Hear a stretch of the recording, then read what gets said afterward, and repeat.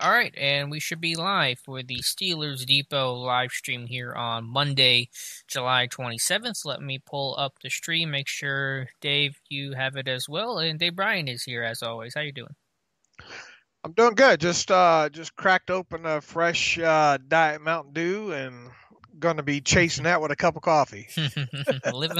Living large over there. I'm Uh, living life. I'm yeah. living life to the fullest here.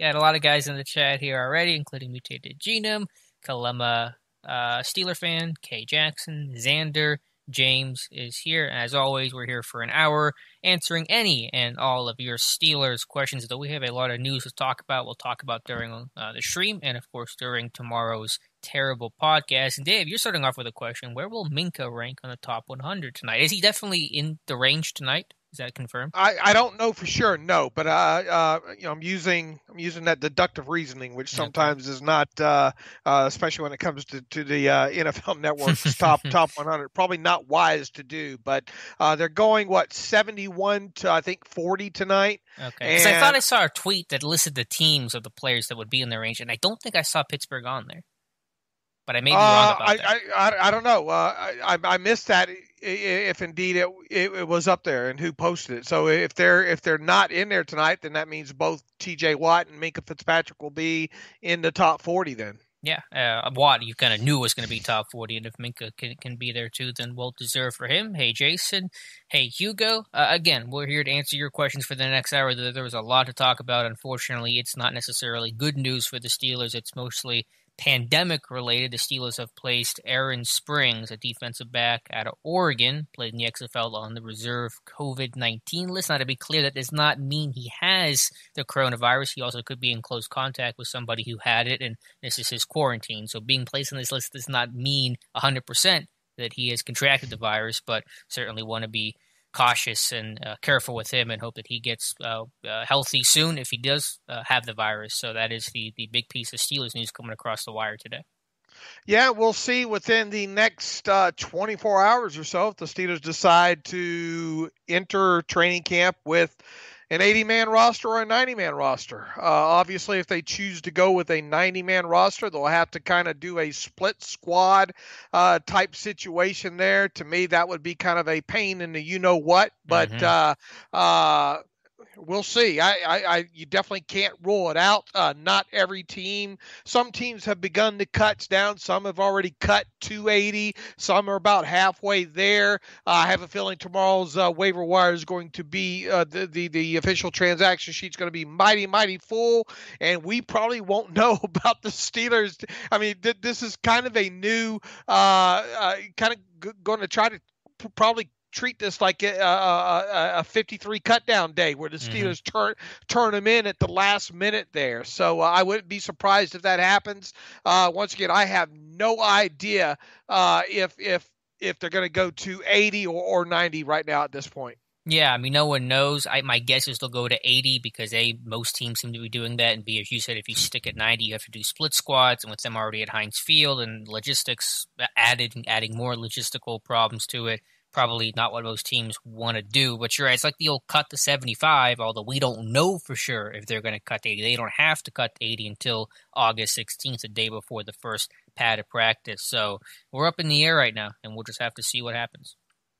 All right, we got some questions in. Mutated Genome asks the first of the day, says, does it really matter if Big Ben is no longer a Tier 1 quarterback? He wasn't Tier 1 when he won his first Super Bowl either. That is in response to an article I'll pull up that does not have Ben as a Tier 1 quarterback, according to NFL coaches and executives. I don't care. He's good enough to be the straw that stirs the drink for this offense and to help lead them to a Super Bowl complemented by hopefully a top 5 at worst defense, and that's all that really matters in my opinion.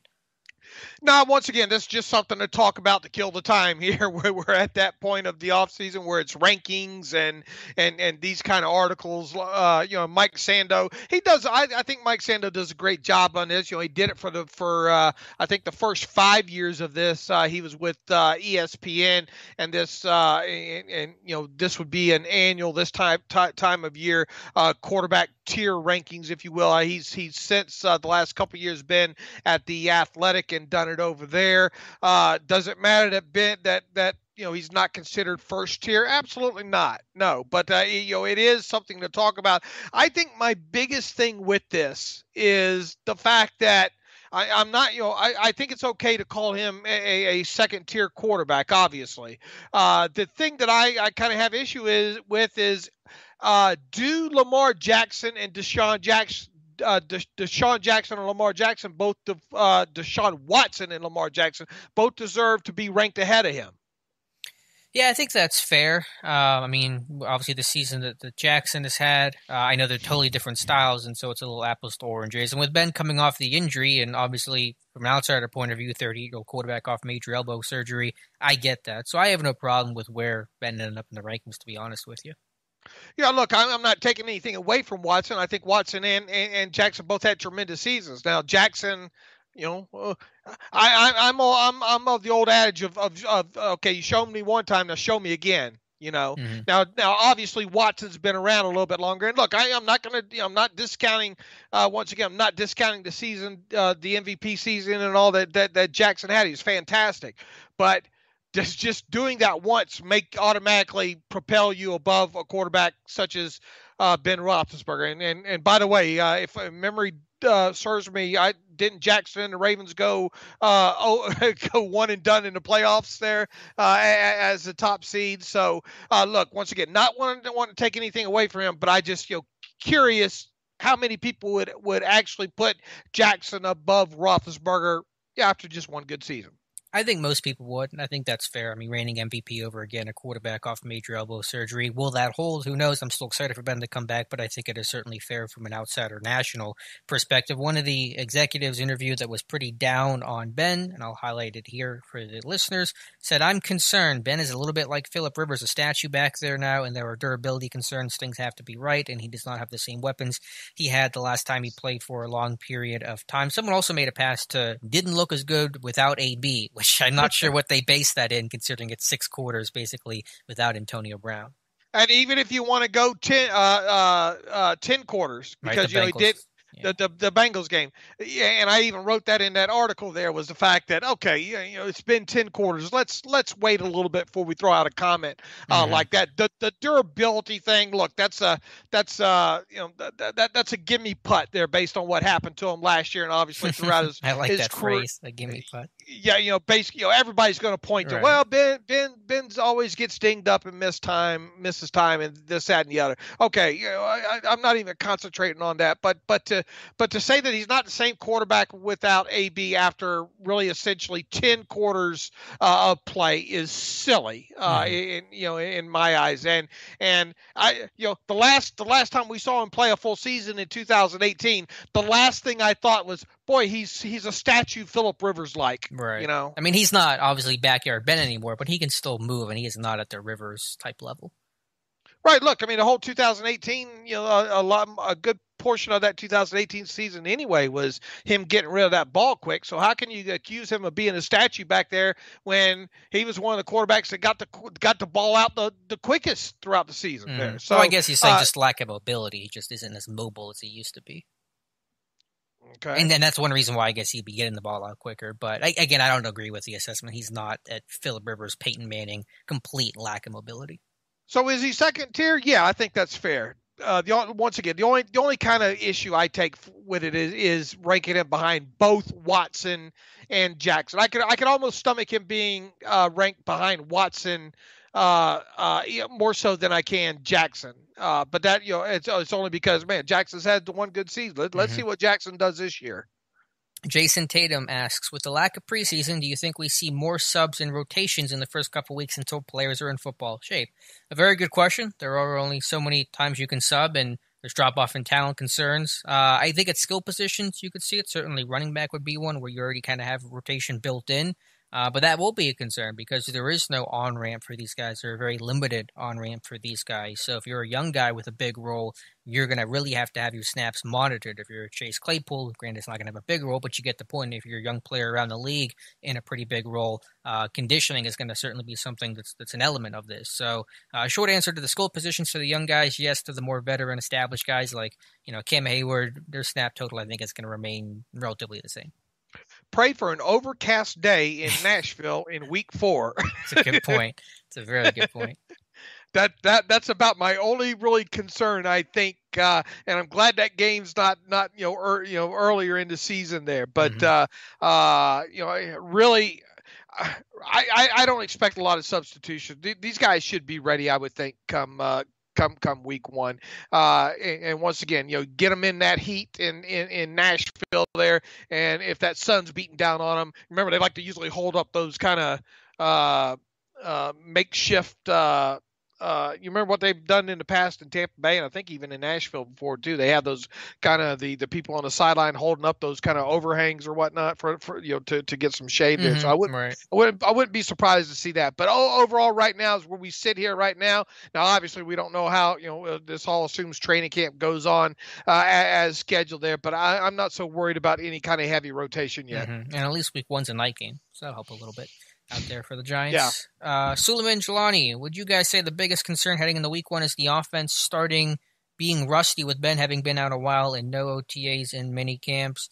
Yeah, I think obviously there's more question marks around the offense than the defense just because of the nature of the unknown with Ben, and the defense is so many guys returning and there are more unknowns and a more youthful group overall with the offense. I think just general rust in general is probably a concern. So I think you're pretty much on the money there, Suleiman.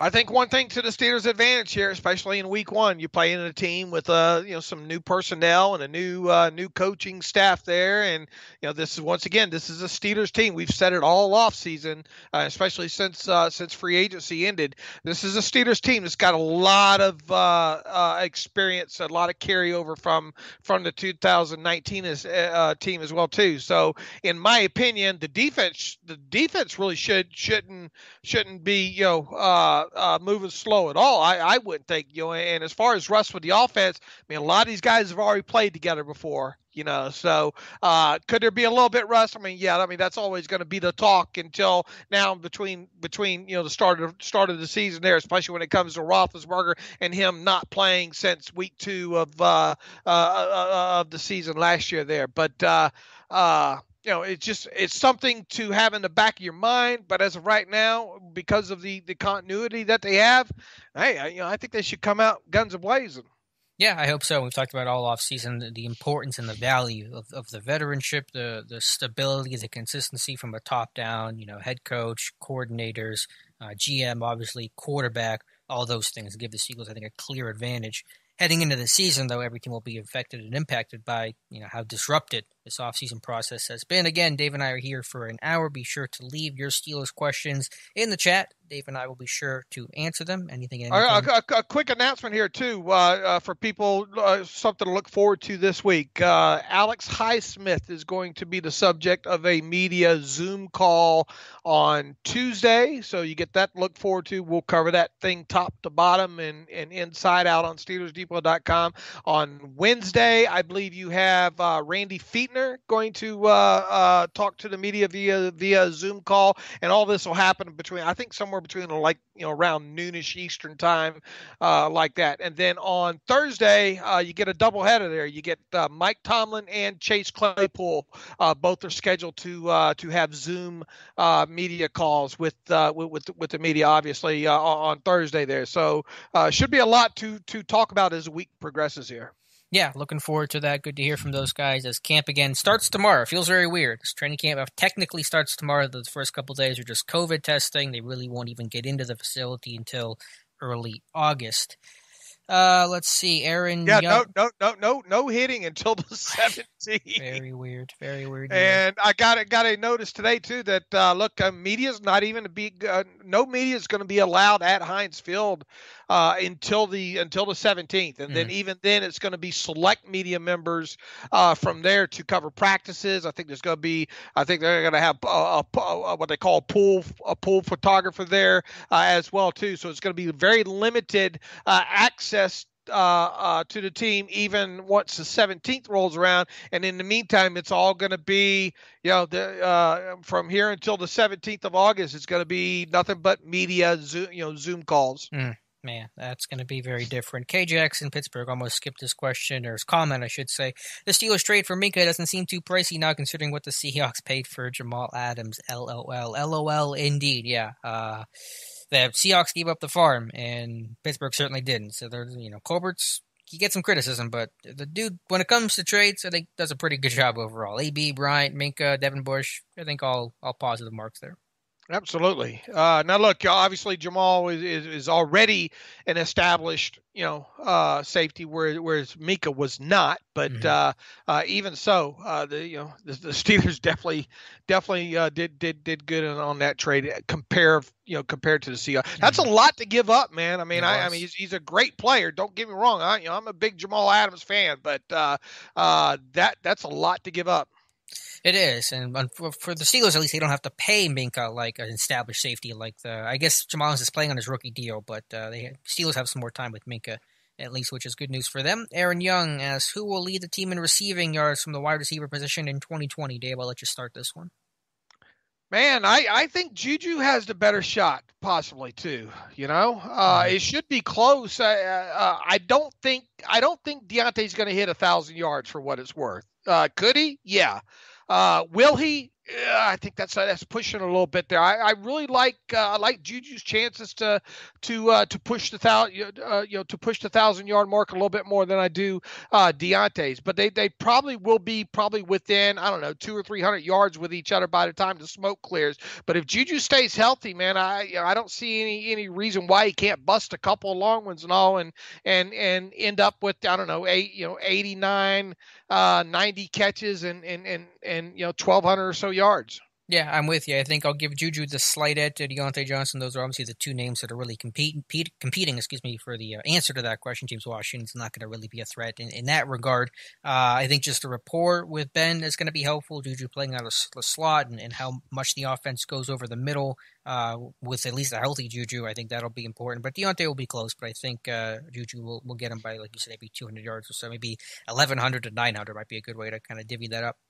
And that won't be a bad problem to have if they put up those kind of numbers together, because once again, one would hope that Ben's not having to throw for 5,000 yards or anything like that, or 5,000 would be the max, hopefully, in regard to him. But I mean, if the offense is given some short fields to work with and has some couple of late leads, early on in the season and really throughout the season, then that should bode well as well, moving forward as well. I don't think you need a 1,500 yard receiver to be successful this year when it comes to the 2020 Steelers. Yeah, I'm with you, Dave.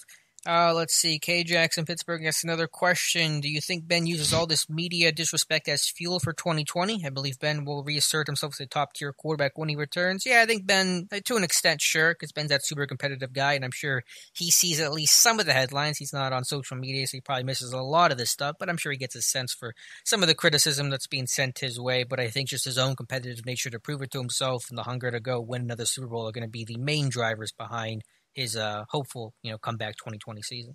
I don't believe he's cutting everything out and hanging it up on the fridge, on the refrigerator or anything like that. I think he's been through this rodeo enough times and all like that. Now, obviously, does he see some of this stuff and like the Jay Glazer comments right. and stuff like that? Yeah, but look, I mean, I think Ben has confidence in his game. I think Ben has a method to kind of his madness of getting ready for the season and all like that. So, a lot of it probably falls on deaf ears, if I'm guessing. Yeah, I'm with you there. Jason Tatum asks top 3 camp battles: Banner versus Chooks, Vince versus UG3, Paxton versus Duck. I think that definitely Banner and Chooks is probably the top battle in terms of the closest one and the most impactful in terms of the Steelers' outlook in terms of who's going to be starting this year. What are some other camp battles that unfortunately we won't get to see, but can at least theorize about right now, Dave? I think you could potentially talk Filer, Stefan Wisniewski somewhere down on the list. I mean, obviously we expect Filer to get the first reps on that and win it. So it would obviously be down the list, but it'd be something maybe at least to pay attention to when it comes to that. I think Devlin Hodges versus Paxton Lynch is going to be for however many snaps they could get in there. Might be decent to hear about. And can a guy like UG3 push a guy like maybe Vince Williams for that inside linebacker spot? Logic and probably odds tell you no, but I mean, if we're going through this team, we're trying to pick out things that because look, I mean, let's face it, a lot of these are already decided. You would think, even though Mike Tomlin would get on us right now and say, "Oh no, every position's up for grab, every roster spot's up for grabs." We know that just isn't true. It sounds great when you print it and put it on a bumper sticker, but that's about it there. But I would say, obviously Chooks and Banner, I think is the prime one everybody's got their eyes on. Yeah, I think so too. I think another interesting one is Jalen Samuels versus Kareth White for that fourth running back spot. I think Samuels has the inside edge right now. Is the more established guy, the more well-rounded guy, but it was up to me. I would take Kareth White, the back receiver positions, Ryan Switzer versus Deion Kane. Both, of course, could make it. I think Switzer has definitely the inside track right now, again, for being a veteran. The connection with Ben, that's going to be helpful in an environment like this. And the backup safety roles, too. To an extent, Jordan Dangerfield, but also Marcus Allen versus Antoine Brooks Jr. should be interesting, along with the ones that you mentioned, Dave. Patrick Donovan says, recently watched AFC Championship game against Baltimore. Made me sick to see Swede and the walk-in touchdown drop. Yeah, that one was really crushing. At least he got the crackback block on like the next play or two later, and the game had a happy ending. So at least there's all that, Patrick. Papa Beanos 2-1. I think Juju would do better if Deontay Johnson being the number 1 and Juju being the number 2. Look at how Juju did as a number 2 in 2018 when he had AB as a number 1. Do you guys agree? Those things are more meaningless to me. I just look at where you line up positionally. And Juju's the slot receiver, Deontay's the X, they don't even play the same position. So I don't know how you would structure your offense differently to call Deontay the 1 versus Juju the 2. I don't know if it really means a whole lot because they're just both going to be starters. Yeah, that whole number 1, it sounds great for fantasy, right? Mm-hmm, right. But in today's NFL, unless it's just way over, unless you just have that superstar. I mean, obviously Antonio Brown would have been regarded as a number 1, Mm-hmm. But really outside of that, I think it's important to know the roles, the positions that these guys play, whether it be the X or the Z or the slot, and whether or not a receiver is one of the 2 wide receivers on the field when the team only utilizes 2 wide receiver personnel groupings, those kind of things there. I don't really get caught up in that. I get caught up more in that when I look at drafting for fantasy purposes there. Yeah. I mean, I guess if you would interpret the question or the comment as run the offense through Deontay as your number 1 and don't run it through Juju, would that be better? I'm not really convinced that it would be, though. No, not yet. Anyways, I think we'll see what happens after this year. But right. If Deontay takes that next step and becomes that guy, then yeah, possibly. But there's going to be a lot. There are going to be a lot of games this year where Ben has 2 or more receptions to probably 7 different guys on the field, I would think, right? You're looking at James Conner going to catch a healthy share. You would think Ebron, McDonald could be good for at least 2 receptions a game. Juju, obviously Deontay, James Washington. At some point, you're probably going to get Claypool, maybe a little bit more involved there. So Samuels will catch a couple if he makes the team. If Samuels makes the team, spread the football around. Yeah, for sure. A guess, do you believe Mason Rudolph earned, I'm assuming earned the right, or should, whatever the question is, or the sentence is not complete, but do you believe Mason Rudolph has earned the backup job, is basically what a guest is saying. I say no. I don't think anyone has earned it, but the Steelers are going to seem to grant it anyway. I mean, I think it's just a process of, look, we got, this is a guy that we drafted early.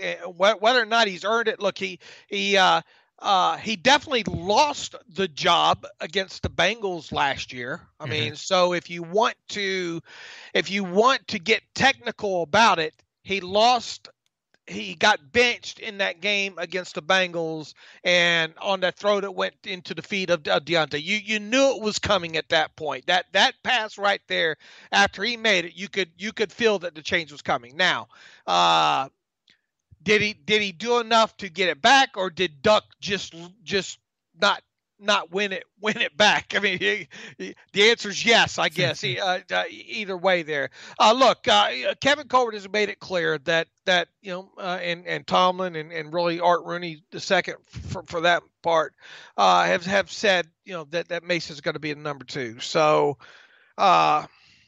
Is it a byproduct of them having a higher draft pick and being a more higher pedigree guy? Yeah, I think so. And once again, it wasn't many snaps before he got hurt again in the Jets, but I liked what I saw in the game against the Jets. Now, was that enough for us to say he deserves the number 2 spot? Top to bottom, I mean, I don't think you could put all that on the 30 snaps right there. But the fact of the matter, really, it doesn't matter. He's going to be the number 2 to start camp. Right, he is. So again, I agree. It was really just out of the draft position, their investment in him, their hope that he's the guy, and the lack of other options. But that's where you sit with Mason Rudolph. Suleiman asks, chances of Juju and Connor staying after the season if they have good years, especially if Ben advocates the team to do so. I ask because I feel like Ben played a part in Ebron in free agency and drafting Claypool. I think Connor is gone. Juju, if he has a good year, we'll talk franchise tag. And then, of course, David wrote about the other day, the cap implications. We know the floor is $175 million. It could be higher than that, but that will create some obvious tough choices, not only for Pittsburgh, but the rest of the NFL. You guys better get out there and start buying some team merchandise and signing up for a Game Pass and Steelers bake sale and get your DirecTV subscriptions done, because the NFL is going to need a bunch of revenue here. The floor, at least we know what the floor is, and that's $175 million. Now, is it easy to work off of that number? Not really. But you have to assume that that's the worst case scenario. And I have to imagine that you have plans in place that work off of such a scenario as well, too. If you're Omar Khan, right. You probably have different stages of this thing. I would think, and I'm guessing here, I don't know, but I have talked to Joe, several people I trust and some former agents on this as well, too. I really think that the league is hoping and planning on at least the final number coming in remaining what it was this year, which was $198.2 million, if memory serves me. Now, look, just because you have this floor, they could meet again early in the offseason before, immediately after the Super Bowl and get together NFL and NFLPA and say, look, do we really want the cap to be $175 million, or do we want it a little bit higher here? My guess is it, won't be the low, but let's assume it is, okay, for that matter. Here's the other thing that we still don't completely understand yet, and I don't even think Joe Corey has some questions about this as well too. Will the franchise tag? How will the tag work next offseason? Will it work off of,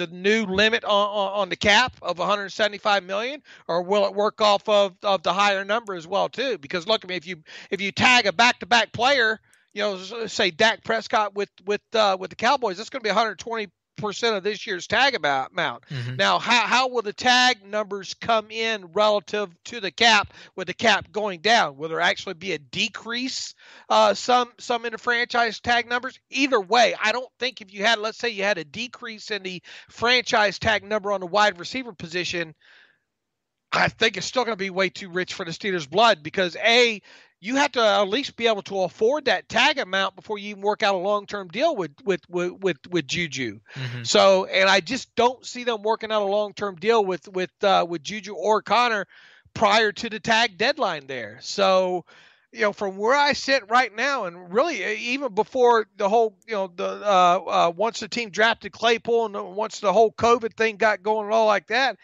man, I'll be surprised if either one of those guys are back in a Steelers uniform in 2021, quite honestly. Now, of the two, I would think Juju has the best chance. Mm-hmm. But once again, if the cap's $175 million, you're going to have to get mighty creative with that, and then hope that maybe you're playing with a reduced tag amount on Juju and go from there. It's going to be tough, man. And if Juju has the kind of season everybody's hoping he has, and has a bounce back season, then the only way you're going to keep him is placing a tag on him, at least initially, before you work out a long-term deal with him.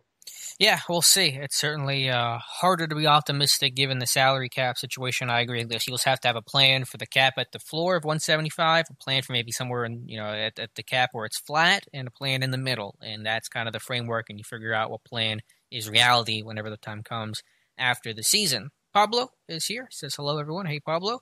Rick Williams, is 1,000 yards really that big of a mark for the receivers, assuming a 16 or 17 game season? No, not really. 16 games is 60 yards a game on average, so it's not what it was back when there was 12 and 14 game seasons, but it still is a nice milestone. And we say that, but how many different Steelers have managed to have 1,000-yard seasons? That's true. You know, that's a good point. 13 or 14, something around like that. Now, obviously, a couple of them did it multiple times, and you're only going to have the opportunity of X amount of receivers every year to hit that mark there. So no, it's not that big a deal, I don't think, in today's landscape, because how many receivers every year end up hitting 1,000 yards? And heck, I can think some running backs now can even hit the 1,000-yard receiving mark. But I mean, usually you have 20? How many, if you were to guess, had 1,000-yard seasons last year receiving, Alex? Yeah, 15 to 18, maybe pushing 20. Let me see if I can pull that data up. Also, did Lynn Swann ever have a 1,000-yard season? I'm thinking no, but maybe I'm wrong on that. Obviously, the era and run-oriented the Steelers were, especially before the last two Super Bowls. I don't know if Swann ever hit 1,000. 29 players had 1,000-yard receiving seasons last year. A little more than I thought, I guess, with tight ends and all that. Yeah, factor those. What about Lynn Swann? What was his highest yards in a season? I don't remember him. I think it was like 900 something. I don't think he ever got it. I don't remember him ever having one. You want to look that up, or you able to look? Yeah, I'll look it up real quick here. Because then my screen will shift and all that. While you do that, go to another comment here from Russ. His career high was 880 yards in 1978. All right, there you go. Yeah, his career high in receptions was 61. Just a different era. And then his career was relatively short, and by the time he retired, the Steelers were finally getting into more passing offense, like late 70s, early 80s. But yeah, those first couple of years they were just a run-oriented offense. Russ Obenstein, I almost missed a live show a little late, but I made it. How are you, Alex and Dave? Russ, I'm doing well. I hope you're doing well as well. Hanging in there like a hair in a biscuit. Whatever that means. K. Jackson, Pittsburgh. With a potentially lowered cap next year from this year, the Steelers will be severely challenged to sign all their players, won't they? Watt has to be a priority, don't you think? Yes to the Watt question. That'll still come after the offseason. That'll be the summer, so for a year from now. But, yeah, they're not going to sign everybody. I mean, the roster will look very different from where it stands today in 2020. Can you pull that potential impact yes. Article up for him, Alex, there? And look, here's the thing about T.J. Watt. He's already had his fifth-year option picked up for next season, so that's a little over $10 million. So they're probably not going to do anything with him right out of the bat. This time next year, write it down right now. This time next year is probably when negotiations probably going to start heating up with T.J. Watt on a long-term extension. They don't have to do it now. Can they do anything before then? Yes, obviously they can. But typically we see the Steelers wait until they get into training camp on first big contracts with players who are technically, I guess, on their second contracts there. That's what I'm thinking is going to happen with Watt. Watt's not the issue here. The big issue is all of your players that are going to become unrestricted free agents. We already talked about James Conner and Juju. Man, it doesn't stop there. You got Matt Filer, you got Mike Hilton, you got Cameron Sutton. Who else is up after this year? Bud Dupree, Villanueva, Tyson Alualu, right? He's up, even though I don't think he's gonna be back. Zach Banner might even be too rich for the Steelers' blood after this season, depending on what all transpires with him. You got a lot of guys now. Here's the thing: it's easy right now to go through and already draw up your a few cap casualties. They're either going to be cap casualties or you're going to have to cut down to the minimum. There's no two ways about it. Now here's the thing, and you got to look at this kind of league wide too. What's the market going to be like for, let's say, a Vance McDonald or a Vince Williams if they were to get cut next spring? What is the market going to look like for those guys? Pretty light, knowing that the rest of the league is just trying to keep their own guys too, and there'll be this purge among rosters, so their market's going to be light. Like minimum light. Close. I don't know how close I want to say to minimum, but obviously, I mean, there won't be much of a market. Free agency will look differently if teams are just trying to get under the cap just to start. And look, you don't have many middle class players on the Steelers to start with, right? Mm-hmm. I mean, you got the haves really and the have nots, or at least that will pretty much what it boils down to. Look, I think Mike Hilton's gone.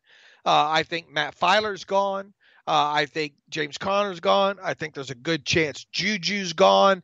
Now, on the flip side, some of these guys that are about to hit free agency, what is the market going to even be like for them if you're dealing with a $175 million cap number there? You know, mm-hmm. There going to be a lot of teams. There will be some teams with cash and cap to spend. For sure. Mm-hmm. But what if you are a middle class, a middle of the road free agent? Obviously, if you're the Bud Duprees out there, you probably got, and you have a good season this year, you're probably not going to have a lot to worry about. But what if you're kind of that middle of the road? What if you're that Matt Filer? Probably, has a great season as the Steelers left guard. Not great though. Just becomes kind of your middle of your road starter who has position flexibility. He's probably not going to cash in huge or what he thinks he would have in a normal year in non-COVID free agency there. So that's something else for these players to think about as well too. All that said, even if the Steelers come with a below market offer on these guys, they're going to still struggle to get a lot of these guys underneath the cap, and especially if they're dealing with a $175 million cap number. Now, yeah, they could probably do something with Ben, but I'm telling you right now, I've looked at this several times already. Even if you don't give Ben any new money as part of a deal, and let's say you added 4 bogus years onto his contract, and then you turned the max amount of his roster bonus and the max amount that you could of his base salary into a signing bonus, you're still going to only save what I put out on Twitter, like 10 million, 10 or 11 million. Was it 14? Or was it? Maybe it was 14. 14 was the max. And that's if he gets no new money. All right, that's basically Roethlisberger saying, you know what, I'm going to help the team out here. Let's restructure this thing, but I'm done after 2021 anyway. Mm-hmm. Because to me, he's not going. Why would he sign a deal for no new money whatsoever if he wasn't going to play? Because then he just set himself up to year to be cut. Really, you know. From there. So it's 14 something million is the max you can save, and that's not giving Ben any, and what I mean by new money, new guaranteed bonus money. Obviously, you have to structure the years, the next 4 years from it be, obviously you're working in 2021, so it'll be 22, 23, 24, and 25. You'd have to set up some sort of structure with potential base salaries in those years. But I'm talking about not giving them any new signing bonus to do that or anything. It's just basically creating false years on top of his 2021 final year, just so you can spread out turning in his roster bonus and a big chunk of his base salary in the signing bonus. So I understand that's a possibility. Now, would Ben be willing to do that and just walk away after 2021? It's possible. And it would save the Steelers around $14 million if he did that. It just, I'll believe it when I see it. Now, of course, backing up from there, giving him any kind of guaranteed money as part of an extension would obviously start taking away from the amount of cap money that you can save in 2021 by either doing an extension or a restructure with him or anything along those lines. Now, obviously we're working under the assumption still that the cap will be 175 million. We don't know what that number is going to ultimately come in, and we won't know until probably after the season happens and all like that. But that just goes to show you I mean, you got a quarterback on a $40-something million cap hit, and people just don't understand that because of the previous restructures and all. He's got like 20-something million dollars in 2021 just in previous proration that stays in that year that does not go anywhere. Mm-hmm. Yeah, it's going to be very difficult for all the reasons you laid out, and not the last time we're talking about this stuff, and there are certainly difficult decisions on the horizon for the Pittsburgh Steelers, and again, expect this roster to look very different next year than it does today. Rick Williams, I wanted to hear the reaction to the camp schedule, which seems like enhanced OTA minicamp. Yeah, I mean, the start of the training camp, it's COVID testing to start and strength conditioning. And as Dave has said earlier, pads do not come on until August 17th. I think it's 2 weeks of padded practice. So it is definitely a slow ramp up to the year. And yeah, the first two and a half weeks of camp is basically like OTAs. Russ Obenstein, love Dave explaining Mahomes' contract. Great to understand such a unique contract. Yeah, Dave did an excellent job of breaking that one down. Thank you, Russ. Glad you enjoyed it. Papa Bino's just got the news that Arian Springs tested positive for COVID again. He's on the COVID reserve list. That may mean he tested positive for it, but it also may mean that he was exposed to somebody who had it, and he's quarantining out of abundance of caution. So it's not a guarantee. We don't know, but we do wish him well, unless there's some news that hit in the last 20 minutes I'm not aware of. And the team can't release that information right. Unless the player agrees to it. So the assumption is yes, but not. I mean, it's not guaranteed. Right. that he indeed has it. Exactly. ODG Dorkman, given the history of trading between the Steelers and the Raiders with Martavis Bryant and Antonio Brown, what do you think the Raiders would do if the Steelers offered Juju Smith-Schuster to the Raiders for a third-round pick? Well, I think Oakland loaded up on receivers pretty heavily, and I think they would hang up on any Kevin Colbert offer for a receiver, because that has been bad juju for them the last couple of years. Yeah, I don't see that happening. I mean, why would the Steelers? Why would the Steelers trade that away? With him still being on a cheap, you just don't have enough hay in the barn either to replace that either right now. Right. There, so I mean, I just can't see that happening now. Yeah, I'm with you. Let's see. Duck Swagger, if Barron had stayed, who do you think would have started this year, Barron or Williams? Well, if they kept Barron, they probably would have started Barron. Otherwise, why would they keep him? So it probably would have been Mark Barron. The other thing, and I'm not saying it's going to happen, but I think you're going to see this maybe across the league, especially on some of these teams that are already, pushing high numbers against next year's cap. There are going to be a couple guys that lose their jobs this offseason that probably wouldn't have, thanks to the COVID and all like that. And I hate to keep bringing up his name. And I'm obviously not advocating it or saying this is what's going to happen. But Vince Williams is a guy that you got to pay close attention on right now. And why would teams look if they don't think they can get a high amount of snaps out of Vince, or if they have plans other than that, then he's a tough, it's a tough player to stick around when you can have that instant salary cap savings now and next year on top of it there. Once again, I'm not saying it's going to happen there, but I think you could see players like that around the NFL get the early walk and slip this offseason just because, look, you can roll over excess money from leftover from cap space from year to year as well, too. I'm just saying that in light of all that's happening there's going to be a couple of names come final cutdown day that might surprise some people just for the sheer fact that teams are also trying to plan for future years, moving forward there. Yeah, it's a great point and something to keep in mind as teams try to find any advantage to rolling over some cap for next year when they know there's going to be such a difficulty. Doc, you're not going to get me to slip up here. I think you and the other guy. I'm not going to Ron Burgundy this one. Here's the other thing. Are they going to get now that they know a cap floor for next year? Are they going to get Cameron Hayward done? Yeah, I think someone who would ask that. Russ asked that. Someone on the chat did ask, will it get done? I still think it will get done, just because I can't see Cam Hayward walking. And I think that's always been the intention. I think that with the reduced salary cap, your focus is on making sure you sign your star players. As you said, no middle class. You'll have your star players stay. Your bottom tier guys fill out the rest of the roster. Your middle class is gone. Cam Hayward clearly in that top tier, and I still think he's going to remain a Steeler.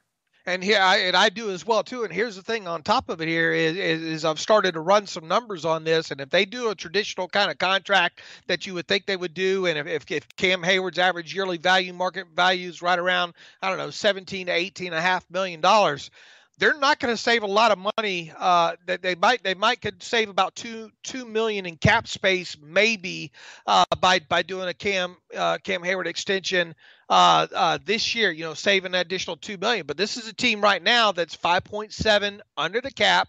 They're going to use a million of that. They just signed their draft class, so a million of that's going to go to the draft class. So you're at about 4.7 million under the cap. You probably have to allow for a few more practice squad salaries than you originally thought that you're going to have to afford against the cap here, because they're going to go to a 16-man practice squad here. You still got a 52nd and 53rd player to get under contract moving forward here.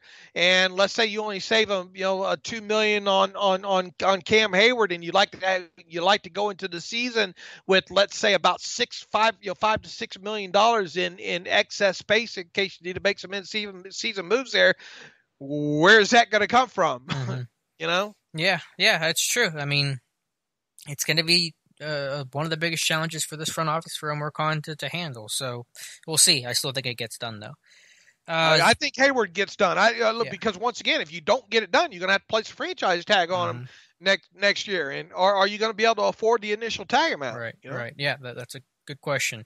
Hopefully I'm remembering how to pronounce this correctly. I think it's Xerxes Almighty. What do you think of Bruce Arians' idea, possibly pre-quarantining the third-string quarterback from the team in case of a COVID outbreak? Do you think COVID risk means teams will sign 3 quality quarterbacks? I get the idea in theory, but practice, how does that work literally in practice? That guy now can't practice with the rest of the team, I would imagine. Otherwise, he's around other guys. He can't be in the meetings with those guys. So I don't know in actual, executing the plan how that kind of quarantine would work, but concern taken.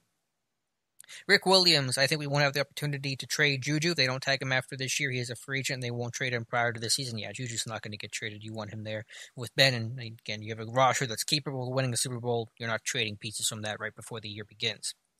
K. Jackson, Pittsburgh. Alex, on your roster prediction, pre-training camp edition, you picked Paxton Lynch over Duck. Did you base that on Lynch's potential and draft pedigree? Do you feel the same, Dave? To answer your question, essentially, yes, that's what I did. I think it looked good in camp and practice. And Dave, I think you started the Paxton Lynch over Duck camp early in the offseason. Yeah, and just based entirely off of what Kevin Colbert and kind of, unsolicited kind of remarks, if you will, and really Tomlin, I think, for that matter, too. It has nothing to do other than that and Duck not lighting the world on fire last year. Obviously, we're not going to see Paxton during the preseason or anything like that. So that's the flag that I planted in the hill, earlier in the offseason there, and I'm probably going to stick with it. I have no reason not to, but it is based entirely off of pedigree, really, and kind of the comments that Mike Tomlin and Kevin Colbert have made about Lynch, really, essentially since the season ended. Right, and in my roster edition prediction, as you saw, I'm sure, K. Jackson, I had them keeping Duck Hodges on the practice squad with 16 spots and potential for quarantine and illness and injury and all that. Probably smart to go ahead and keep that fourth quarterback this year.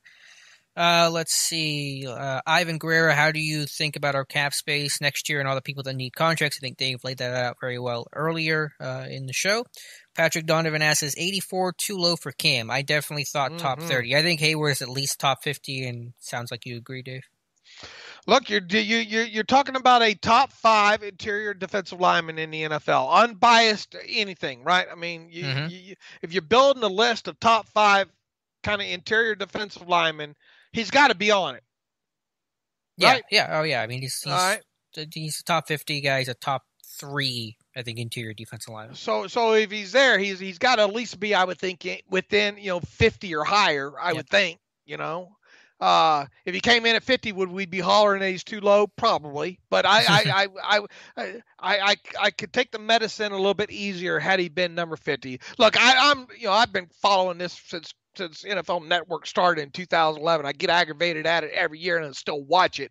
I don't believe they get the amount of players voting on it that they claim that they do. it's all made for TV, so it's fun to bitch about, but you know, it is what it is.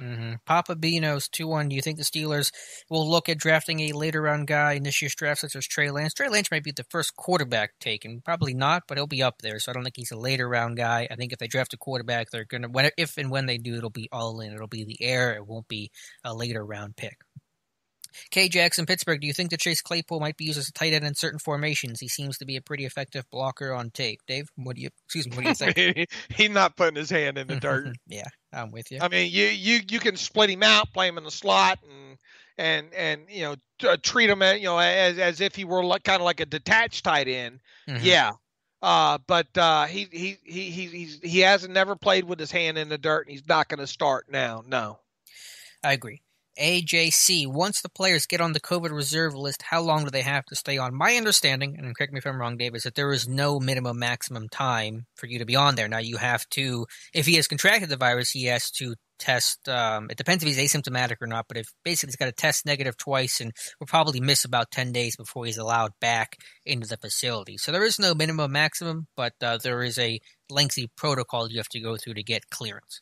Yeah, and I think I included that in the article today that I wrote, and it was from a memo that was released by the league, I think, or snuck out from the league early in July and all like that. I don't think there's a time frame. I don't think you put him on, it's like a 10-day or a 14-day or anything like that. I think just as soon as obviously you would think that the player probably had to quarantine for 2 weeks or something, right? Well, yeah, we were talked about this whenever it first came out, but you're right, it was kind of quietly in July, and you have it on screen right now for you guys to look at. But if he tested positive, again, we do not know that, but if he is asymptomatic, it's no return until 10 days have passed since initial positive test, or 5 days has passed and 2 consecutive negative tests, and still has to be approved by the club. If he is symptomatic, it's basically he's out for definitely 10 days, at least 3 days since symptoms have passed, and then has to get returned, get the approval by the club as well. So I think basically if you test positive, you're going to effectively be out 7 days minimum, probably closer to 10. If you have symptoms, then obviously you got to wait until you're asymptomatic again. So that's the scenario, and we're seeing that with baseball right now with the Marlins and the craziness there, and how impactful an outbreak to one team can be on the rest of the league. Talk about that more in tomorrow's podcast. Pablo Martinez, speaking of podcasts, listening to Tuesday podcast, it made me realize how bad we've drafted cornerbacks in the last 20 years. You think it's scouts, coaching, or the style of defense? I think it was kind of all the above. I think there was some poor evaluation. I think it was a different schematical philosophy of less emphasis on great athletes, less emphasis on great playmakers, more the Dick LeBeau, stuff the run, tackle the catch kind of guys, and it didn't lend itself to having big hits at the cornerback position. But at least they've wised up and just kind of threw a bunch of money at the position with Hayden and Nelson, and that's worked well for them. Aaron Young, do you think Minka's stats take a hit this year after a year on tape in this defense? Dave, what do you think?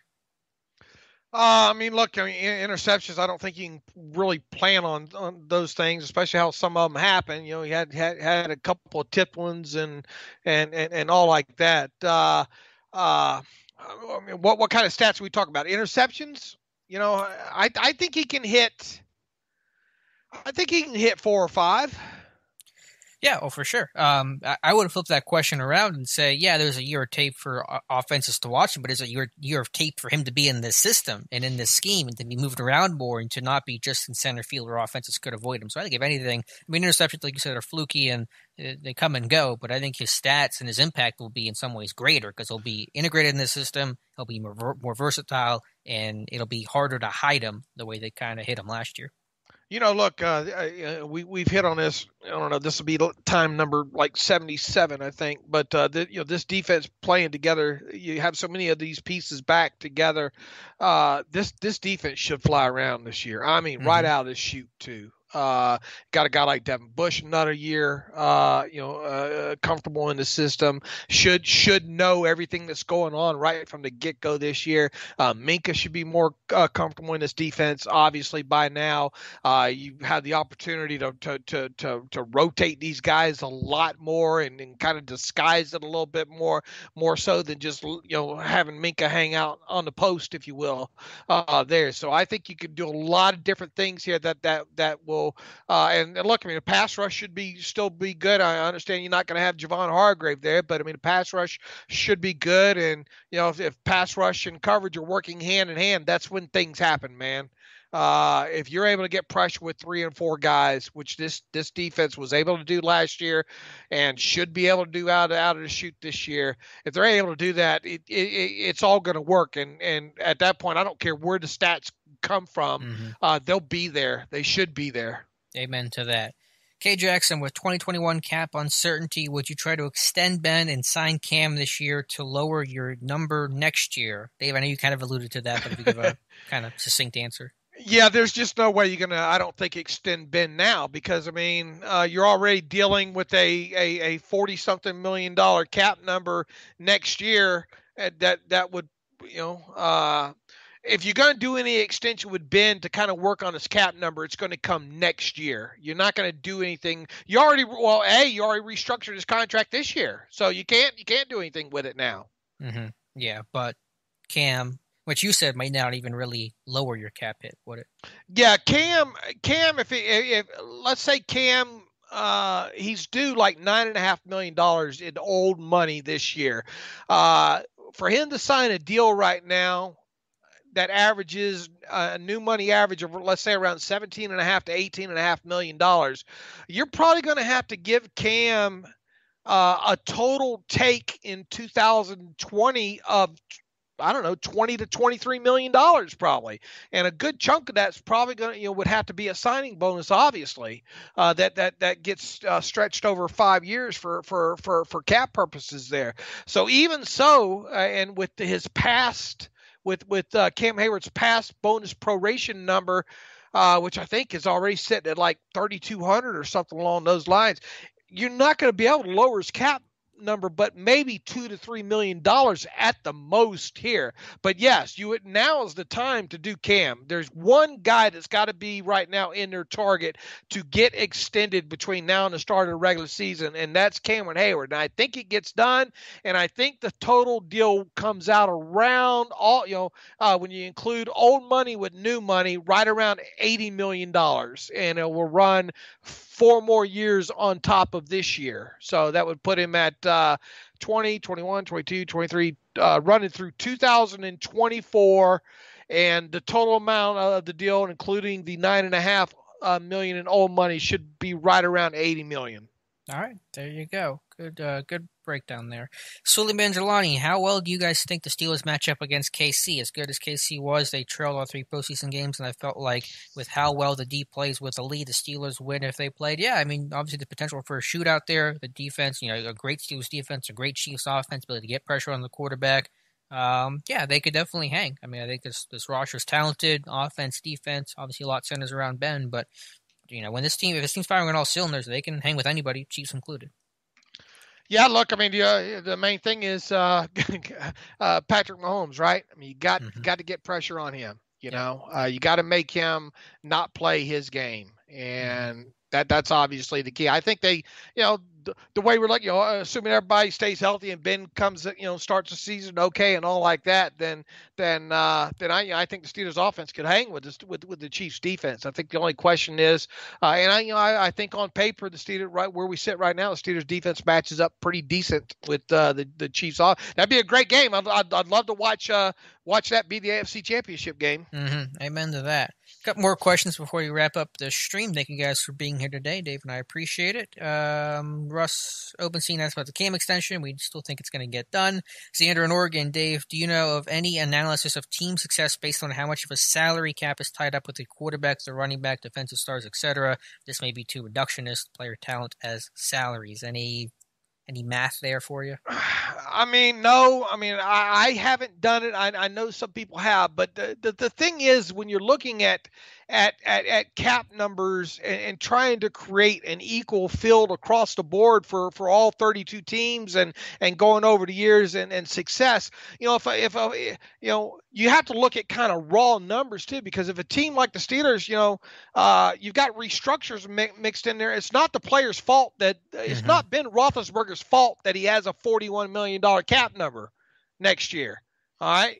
It wasn't originally structured to be that way, but the Steelers went to him needing cap space and restructure his contract, which has forced his cap number up. So, uh, you know, I, it's kind of hard to go across a whole league and research who's restructured, who hasn't restructured, and all. That's why when you see these kind of analysis for on different blog sites or whatever for different teams saying, well, they have the offense is X amount percent of cap numbers. Well, that's all fine and good, but how much is that is restructure from 2018? Mm-hmm. You see what I'm saying there? Right. So it's kind of hard to do an across the board kind of analysis like that. And I don't think it's fair to look at any team in any one year and say, well, they've got, 80% of their cap money tied up in offense. Well, how much of that's true cap? I think the best way to look at it maybe is from a cash standpoint. How much cash do they have tied up in their whole roster this year, versus cap? Because cash and cap are two different things. Right. Very important difference there. Patrick Donovan, Dave, do pictures do the stadium there justice? I see he's talking about the new Vegas stadium. I don't know if you've gotten a look at it yet, Dave, or not. Oh, if you talk about that, well, obviously I haven't been inside yet, but it looks like something out of Star Wars on the outside. And look, when you drive the interstate really behind, it kind of sits right behind a couple of those big, like I think is it Mandalay Bay or on down towards that end of the strip there. I mean, when you're on the interstate headed that way, I mean, it's right there and you can't miss it. That's for sure. Big shiny black thing. I mean, it looks like somewhere the Raiders would play. And obviously the news here, they've had tours go through it and all like that. But it looks like a work of art, and it looks like a place I do not want to be on a Sunday. Cameron Pittsburgh, keep up the great work, guys. The live stream is always entertaining and informative. Thank you, Cameron. Patrick Donovan, will the NFL do something about dead cap charge in the coming years? Quickly, Dave, you have I don't have any insight for that. If you do, feel free to share it. No, dead money's dead money. I mean, I guess that's what he's getting at, right? I guess, yeah. I don't know what he wants them to do about it. I mean, teams know if they're going to get dead money if they're cutting a player or whatever. That's their own choice. Yeah, dead money's dead money. There's not going to be any do-overs or mulligans when it comes to that whatsoever. Teams just going to have to work around their dead money. I think we're the real and look, we're going to be there's going to be talk about this $175 million cap number in 2021 from here on the rest of the season and all. And there's going to be people say cap hell, this, that, and the truth of the matter is that's just a floor. That's just the lowest amount. Until we see how this season goes, it's kind of hard to speculate. Obviously most of the writing that I'll do will be based on, well, what happens if it's a worst case scenario of $175 million. My heart of hearts tells me that the league would not come up settle on kind of a number there unless they thought that was truly going to be a worst case scenario. I.e., I'm betting the league thinks they're going to still come out of this okay, not great shape, but okay. Now, could it very easily still wind up being 175 million? Obviously, yeah, because that's the floor number. But it's going to be hard to work off of any sort of numbers until maybe we get halfway through the season here. But even so, it's all going to be projection because the league's not going to turn any of those numbers over. We're not going to know what the real cap number is in 2021, probably until about late February, right? Yeah, we won't know the official number. We'll get a sense for it, obviously, based on if there are any fans in stands and what that climate is like and all that. But yeah, to the point about, look what the Steelers did. They're in cap hell. I know they've always been tight against the cap, but no one can predict for a global pandemic that alters, the world history book. So it's hard to fault the Steelers for that, if you ask me. Right. I mean, look, the original plan was probably going to be that after the TV deals hit next offseason, I mean, you could have even seen potentially maybe a bigger spike. We were talking about that not too long ago, weren't we? Right. Is the cap going to go through the roof? Right. You could probably see instead of the cap going up $10 million or so, maybe going to go up like 18 or 19, and that's how teams were planning. Nobody plans for, I don't think Omar Khan was planning for a pandemic. Right. to happen there. So I mean, yeah, look, it's something that look. I love this stuff. This is my porn talking this kind of stuff here. But even so, it's gonna be a lot of guessing going on as this season progresses. And yeah, we'll work off 175 million as a worst case scenario and all like that. But until we know the final number, we're just guessing here. The 49ers announced the signing of Charlie Warner today. Hey, kudos to him, your man from Georgia. my buddy Kittle. Charlie Warner. Papa Beanos, do you guys think that Mike Hilton has what it takes to be a starting corner, not in the slot? I mean, he's a slot corner, so on the outside, no, I think the size limitations would be too great against Mike Evans of the world, but he's a very good slot corner. Patrick Donovan also asks if there will be cap rollover. There still will be cap rollover, correct? Yes. Okay. Yeah. Teams will still be able to roll over excess, unused cap. And in the Steelers' case, there's not going to be much of that. Yeah. Ning Nong for you, says Steeler fan in Bangkok, Thailand. Hey, thank you very much. Very cool. Thank you for being here for the stream. I'm sorry it's been raining every day. And our last question comes from Darren Dalton. If the Steelers end up having another bad season without injuries being a major part of it, what gets more of a look for the reason behind it? Players or coaching staff, or maybe even both? Probably both if injuries aren't involved. We'll have to answer that if and when we cross that bridge. I think, though, if there is good health, it's hard to see this team having a bad season. Yeah, somebody's going to have to answer for it if they do, though, right. And probably starts at the top with Kevin Colbert, obviously, and then the next man would be Mike Tomlin there. So, if injuries are part of the game, injuries are going to happen. Hopefully, there's not a lot of them, but this team is built pretty decent depth-wise when it comes to experience as well, too. So they should be able to players not named Roethlisberger absorb a couple of those, you would think. So if this, the expectation should be that not only that this team makes the playoffs, but they win a couple of games past there on top of it. And as we, the way this roster will potentially churn next offseason, this might be their best chance to 2020 might be their best chance to win one for the next, I don't know, 3 years. Yeah, well, if you get then to Ben retirement, then who knows what that bridge will be like. So yeah, I think I'm going to write about that at some point before the year. This I know we say this a lot, but 2020 really may be the Steelers' best chance. All right, guys, that's going to wrap up the stream. Thank you for being here, Dave. Thank you for the chat for being here. Again, if you missed the full version of this, there's an archive that'll go up on Steelers Depot. It'll be archived on my YouTube channel. It'll be archived wherever you listen to Terrible Podcast, and we'll have the Terrible Podcast tomorrow and Friday as well. So, Dave, thank you so much for being here. Stay safe and take care.